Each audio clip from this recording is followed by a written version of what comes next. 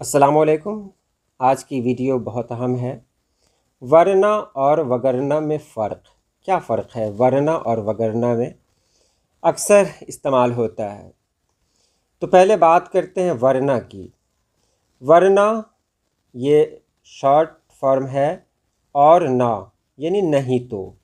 تم آؤ ورنہ میں نہیں جاؤں گا، تم آؤ نہیں تو میں نہیں جاؤں گا۔ تو ورنہ یعنی اور نہ کا شارٹ ہے، اور میں الف کو ہٹا دیا گیا ہے، تو یہاں پر یہ بن گیا ورنہ۔ جیسے تم ہمارے کسی طرح نہ ہوئے، مومن خواہ مومن نے کہا تھا تم ہمارے کسی طرح نہ ہوئے ورنہ دنیا میں کیا نہیں ہوتا۔ اب یہاں بات کرتے ہیں وگرنہ کی۔ وگرنہ یہ شارٹ فارم ہے اور اگر نہ یعنی اور اگر نہیں تو۔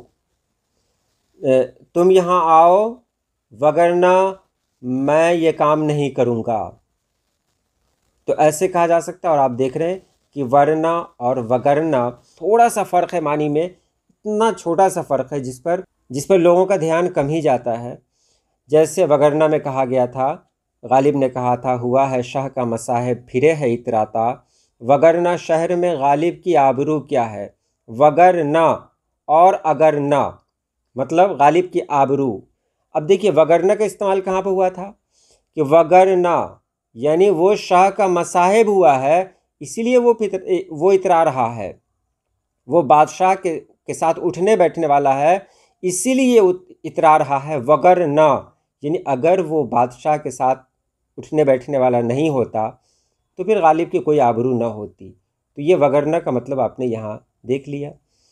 امید ہے آپ نے سمجھ لیا ہوگا۔ تو آج کے لیے اتنا ہی۔ اللہ پاک آپ سبھی لوگوں کو خوش رکھے، آباد رکھے۔ اللہ حافظ۔